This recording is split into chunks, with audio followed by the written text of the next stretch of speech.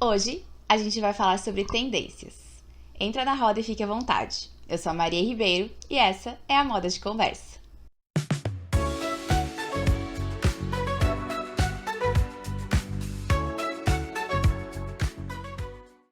Você com certeza já foi em algum lugar que uma pessoa te disse: leva essa peça, ela é tendência da próxima estação. Ou você leu em algum lugar, em alguma matéria, viu uma palestra falando sobre as próximas tendências. E hoje eu quero te explicar sobre o que é isso, o que são tendências, como elas surgem, quem estuda e quais são os tipos de tendências que existem também. Aqui a gente vai falar sobre tendências de modo amplo e depois sobre tendências de modo em específico. A tendência pode ser entendida como algo que é maleável, que muda, com o passar do tempo e tem a ver com o espírito do tempo, ou do alemão Zeitgeist. Olha, eu aqui gastando todo o meu alemão depois de ter gastado todo o meu francês no vídeo passado. A gata é poliglota. Só que não, porque meu alemão ele para aqui mesmo. Existem pessoas especializadas em estudar sobre tendências, ou seja, para capturar esse espírito do tempo e perceber padrões para entender quais serão as tendências futuras. Aqui a gente não está falando só de tendência de moda, mas sim de consumo, de comércio, de serviço, de marketing, de publicidade, enfim, são inúmeras tendências. E as pessoas que observam tendências não necessariamente estão ligadas só a tendências mundiais, mas também regionais, locais, até porque podem existir tendências que só ficam localizadas em um único, ali num perímetro único, só numa cidade, só num bairro, só num local específico, enfim. Um exemplo que eu sempre dou sobre tendências aqui no Brasil é quando surgia, hoje não é tão forte mais, mas antigamente ali, década de 90, 2000, as novelas eram grandes lançadoras de tendências. Quem nunca teve, um anel pulseira ali da Jade, da novela O Clone? Por quê? Porque a personagem tinha esse elemento ali no visual dela e aí, automaticamente, isso já virava uma febre e era uma moda que se dissipava muito rápido. Então, o tempo de tendência, na verdade, era super curto, já virava moda bem rápido. E aí, então, a gente pode entender que a tendência não precisa estar nessa esfera global. Mas por que as tendências existem? Porque existe sempre esse apelo ao novo. Acredita-se que, na moda, as tendências surgiram ali, cerca ali do século XVIII, mais ou menos, porque antes disso, o novo ele não era muito bem recebido, ele não era muito bem visto, então você inventar alguma coisa muito diferentona ali não era bem recebido, mas com o tempo isso foi mudando e hoje o sistema de moda incorporou totalmente as tendências. Mas como eu disse, não só na moda, as tendências vivem esse culto ao novo para que a gente sempre deseje algo diferente, queira renovar o que a gente já tem, pode ser visto em várias áreas, inclusive na parte automobilística, Então, existem tipos de carro que podem virar uma tendência e com o tempo as grandes marcas de carro só vão criar carros voltados para aquele modelo. Então, ou vão criar mais carros naquele modelo, Então, não só na moda a gente vai atender as tendências. Também tem a questão de corpo, o padrão de beleza de uma época pode mudar. Inclusive, hoje em dia, a gente já percebe que o culto a uma magreza mais extrema está voltando, em contrapartida de um corpo mais sarado, mais malhado que a gente via ali nos anos 2010. E isso influencia diretamente na moda, porque algumas pessoas, inclusive, já perceberam que as modelagens das roupas estão diminuindo. E assim, não é todo mundo que adere a esse tipo de moda, gente? Então, por favor, pensem no resto do universo inteiro. Muito obrigada. Aqui eu vou trazer a primeira referência que eu quero compartilhar com vocês, que foi base para eu fazer esse vídeo, que é esse livro aqui, chamado Sociologia das Tendências. Gente, eu não vou falar o nome desse ser humano. O sobrenome dele é Erner. E esse livro é muito bom. E ele, inclusive, fala sobre essa questão do culto à novidade, que a gente tem sempre essa questão de querer o novo e tal, que ele chama de neomania. Então, é um livro, ele é curtinho, tá? Ele não é um livro, assim, muito extenso, mas ele é denso, ele tem bastante referência. Então, é aquele livro que você senta, lê, para, reflete um pouco, entende, e aí retoma, assim. Então, ele não é um livro que você vai ler, assim, sentar e ler por horas. Pelo menos pra mim, não foi assim. Agora, a gente vai entender como é que são divididas as tendências. A gente pode dividir as tendências em dois grandes grupos, as macro tendências e as micro tendências. As macro tendências têm a ver realmente com uma tendência maior, que vai durar mais tempo, e tá mais ligada mesmo a essa questão social, comportamental. Ela não tá tão ligada a questões materiais diretamente. Então, a gente consegue prever aí até 5 anos à frente como pode estar o comportamento, né, das pessoas, o que vai engajar, o que vai motivar as pessoas, enfim, né, esses grandes centros de pesquisa de tendências conseguem prever aí com mais ou menos esse tempo. Claro que existem episódios, eventos que podem mudar o rumo disso, com né, o exemplo do que a gente passou nesses últimos anos, né? Grande parte da população ficou em casa de 2020 a 2022 vestindo calças de moletom. Isso com certeza não estava previsto ali, né? Pelos pesquisadores de tendências. Então, não tem como acertar sempre 100%, mas eles conseguem já perceber realmente aí e prever certos comportamentos. E a partir, né, dessas macro tendências surgem as micro tendências, que realmente são aí o espelho material, né, essa materialização de tudo que as macro tendências trazem. Então, elas são tendências que vão durar menos tempo, né, um tempo menor, e que vão se espelhar, que eu falei, nessas questões materiais. Na moda, vão vir em modelagens, em tecidos, em aplicações, né? Tudo vindo a partir dessa parte criativa, né, de quem lança e vende essas tendências para depois virar moda, tá? Então, a gente tem esses dois grandes grupos. Uma micro tendência pode virar uma macro tendência? Pode, né? Se ela ficar ali por muito tempo e ver que ela perdurou de fato, isso teve essa duração maior, então ela pode virar uma macro tendência. Mas no geral, são esses dois grupos. Vamos entender agora da onde surgem as tendências, né? Onde é que como elas se disseminam. Então, eu vou deixar uma imagem aqui embaixo e vou falar os termos vão ser em inglês, então eu já peço desculpas antecipadamente, eu não tenho costume de falar as coisas em inglês, mas nesse caso é como é chamado, então eu vou falar. Então, imagina que é uma pirâmide, né? E aí essa tendência surge lá no topo da pirâmide e ela vai até a base. Então, esse movimento é chamado de trickle down, então tá indo de cima para baixo. Lembra que no vídeo da alta costura eu falei, né, que tem ali no topo dessa pirâmide o luxo do luxo, a alta costura e tudo mais. E é onde, né, esses diretores vão trazer mesmo todas as suas inspirações, toda a sua criatividade, sem sem necessariamente, né, ter esse contrato ali, essa busca por algo comercial. Então, dali saem muitas ideias e muitas referências, né, para que outras marcas possam criar suas coleções comerciais, se inspirando nisso e disseminar essa moda até a base da pirâmide. A gente tem um outro movimento que se chama trickle up, ou seja, ele é ao contrário, né? Ele surge na base e vai até o topo e depois ele desce novamente. Porque geralmente são grupos, né, que são ali do streetwear, é uma moda de rua mesmo, né? De grupos que começam a surgir com essa tendência, enfim, e que o sistema capta isso e leva para as passarelas.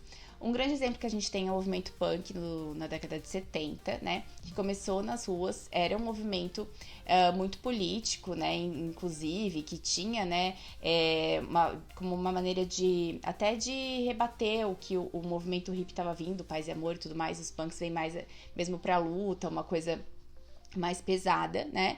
Mas tinha ali, sim, uma questão política. E muitas vezes, quando o sistema se apropria disso, ele acaba esvaziando a pauta e ficando só com a parte estética, né? Então, esse é um dos grandes problemas que podem acontecer e que é algo que a gente tem visto acontecer cada vez mais, inclusive no livro, né, que eu mostrei pra vocês, esse aqui. O autor fala disso, né, sobre o esvaziamento dessas pautas políticas e que a gente fica apenas apegado ao estético, né? Então, buscar mesmo retomar, né, esse movimento das ruas para falar sobre algo sem ser necessariamente só focado na parte estética. Outro tipo de movimento para disseminar tendências que pode existir também é o trickle across. Então, que você, né, troque com seus pares ou pessoas que estejam na mesma linha que você dentro dessa pirâmide. Por que isso funciona muito bem hoje em dia? Porque a gente tem redes sociais e a gente tem pessoas que nos influenciam. Então, acredito que, né, você deve ter contato aí com pelo menos uma pessoa que é influenciadora, que trabalha com internet. E aí, o que é muito legal da gente perceber? É a gente entender quem é esse influenciador e fazer esse paralelo com a nossa vida. Se faz sentido, né? Que aquilo que a pessoa usa, como é o dia a dia dela, se tem uma relação com o que a gente vive, o que a gente usa. Porque muitas vezes a gente tá consumindo conteúdo aí de influenciadoras que estão em níveis diferentes da pirâmide, e aí ela consegue ter acesso a peças, as roupas de forma muito mais rápida, muito mais fácil, muitas vezes ela recebe, o que não é a realidade da maioria das pessoas. E aí quando você consegue perceber pelos seus pares e adequar aquilo de fato à sua realidade, fica muito mais interessante essa troca. E no contemporâneo, né, nos dias que a gente vive, aí esse movimento, ele é contínuo em todas as direções. Então, trickle up, trickle down, trickle across. Então, a gente tá sempre trocando, até porque, novamente, a gente tem essa ferramenta na nossa mão, que é a internet. Então, as tendências são muito mais rápidas, muito mais fáceis de disseminar, né? Mas isso também tem relação com o fato de como a gente consome, né? Nós temos perfis de consumo diferentes. E dessa forma, as tendências também, elas são disseminadas de forma diferente. Então, a gente tem as pessoas que disseminam tendências, que são as pessoas que têm esse espírito vanguarda mesmo, né? Então, elas já estão ali à frente de seu tempo. Podem ser, claro, as grandes marcas, como podem ser pessoas, enfim. Aí depois a gente tem as pessoas que são as que aderem primeiro a essa tendência. Então, além delas já estarem inseridas bastante nesse sistema de moda, né, já entenderem bastante, elas também têm essa facilidade em adequar ali o seu estilo, o seu guarda-roupa. E elas têm um acesso mais fácil. Quando eu falo acesso, eu quero dizer financeiro, mas também um acesso a essa marca mesmo, né? Tem um relacionamento com a marca, que nem eu falei, às vezes ela recebe peças da marca e ela consegue incorporar isso no seu dia a dia, no seu guarda-roupa, com muito mais facilidade do que a maioria de nós. Depois, a gente tem essa disseminação de tendência muito maior, e aí sim ela vira moda, né? Então, que a grande massa já tá usando, e aí uma grande parte, né, já adere a essa tendência. Depois a gente tem as pessoas que esperam um tempo maior, quando essa tendência já tá ali em declínio, elas vão aderir, aí, que eu falei, já virou moda, né? E quando isso já tá num estágio obsoleto, que já não tá na moda, tem uma grande parte das pessoas que adere, mas elas são consideradas alheias ao sistema, né? Elas não se envolvem nisso, não têm uma aptidão, não gostam, enfim, né? Não se identificam e aí não estão muito ligadas nas tendências, no que é moda. O interessante desse movimento é que quando algo já é moda e se dissemina, então já tá ali, né, que as pessoas que aderem são esses adeptos iniciantes ou até mesmo esses que pegam quando tá no declínio, uma nova tendência, uma nova moda já tá surgindo lá em cima, né? Então esse grupo que pega mais rápido, né, que adere mais rápido a alguma tendência, ele já tá aderindo a outra coisa e já tá falando que você tá usando já tá ultrapassado, né? E aí isso vai criando mesmo esse círculo em que a moda vai sempre se renovando. Aqui é muito importante a gente entender que não é só porque a gente gosta ou entende de moda que a gente tem que aderir a todas as tendências, até porque isso não é nem viável, né, para nossa realidade, enfim. Então, a gente pode sim gostar, se identificar com uma tendência, com algo que tá na moda, e incorporar isso ao nosso estilo, mas não trocar de guarda-roupa a cada 6 meses. Isso não é viável, isso não é nem sustentável, né, gente? Que nem a gente falou lá no nosso vídeo sobre sustentabilidade. Então, por isso que eu falo muito dessa questão da gente entender e procurar influenciadores que tenham o mesmo tipo de vida que a gente, porque daí a gente consegue ter essas trocas de forma mais realista. Claro que é super legal pegar uma influenciadora aí que tem um estilo de vida muito diferente do nosso, que a gente sonha em ter. Sim, só que aí ter esse cuidado mesmo de entender que nem tudo que ela usa vai ser pra gente e que a gente precisa incorporar nosso guarda-roupa só porque é tendência, só porque é moda. E por fim, vamos classificar quanto tempo dura uma tendência. Então eu vou botar um gráfico aqui. Ai, tô muito profissa já nessas minhas imagens. Nesse gráfico a gente pode ver ali 3 curvas diferentes. A primeira é do Fed, é uma tendência chamada Fed, que tem uma duração ali muito curta. Então, geralmente, ela não tá pautada nessas mudanças sociais, de comportamento, que nem eu falei que tem lá nas macro tendências. Ela é algo que surge muito rápido, mas ela também vai embora muito rápido. Exemplos, novela. Aqui, por exemplo, no Big Brother também pode acontecer, né? A gente tá ali no reality, naquele período do reality, alguém usar alguma peça específica e daí tá todo mundo usando, acabou o reality e ninguém mais usa. Quando acontece algo relacionado a cinema, por exemplo, no passado, a Barbie, né? O rosa tava super em alta porque era Barbie, todo mundo tinha coisa rosa, tu ia na loja, era tudo rosa, e de repente não tinha mais nada. Hoje, se tu quer encontrar uma peça rosa, tu não consegue encontrar a peça que tu quer. Porque saturou, né? Tá, todo mundo era tudo rosa.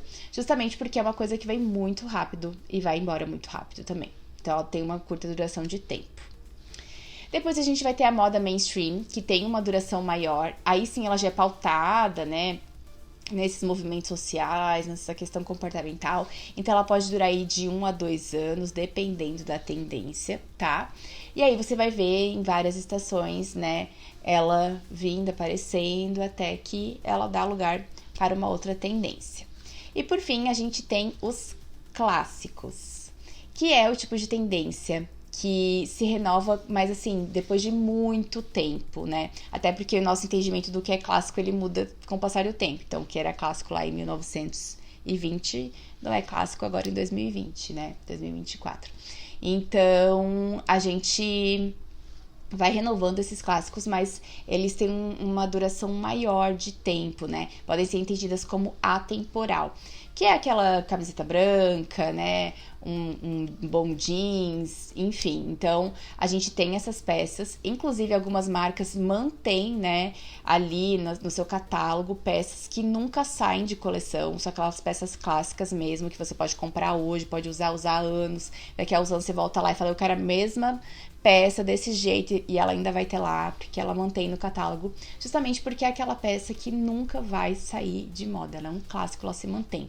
Isso não necessariamente só com peças, pode vir com estampas também, então o poá, a listra, o animal print, às vezes essas peças, né, esses padrões, eles entram, né, na tendência da moda, eles vêm com mais força, você vai encontrar mais opções nas lojas, você vai ver uma maior variedade de cores, de modelagens, mas são estampas clássicas, né? Vai passar o tempo e elas ainda vão fazer sentido e fazer parte do seu guarda-roupa. Gente, eu acho que é isso, espero que eu tenha, né, que vocês tenham conseguido entender sobre tendências. Quero deixar mais uma referência aqui para vocês também de um outro livro que eu utilizei, que se chama Sociologia da Moda. Esse livro também é um livro curtinho, também cheio de referências, muito legal. Esse aqui é um pouquinho mais tranquilo de ler do que o anterior. E ele aqui divide em 6 capítulos, né, sobre 6 princípios da moda. E o capítulo 2 é sobre a questão da convergência na moda, ou seja, a moda para existir, ela precisa ter essa convergência, né, em que várias pessoas ao mesmo tempo estejam usando, né, a mesma coisa. E aí ele também fala sobre tendências aqui, então é uma boa indicação para vocês.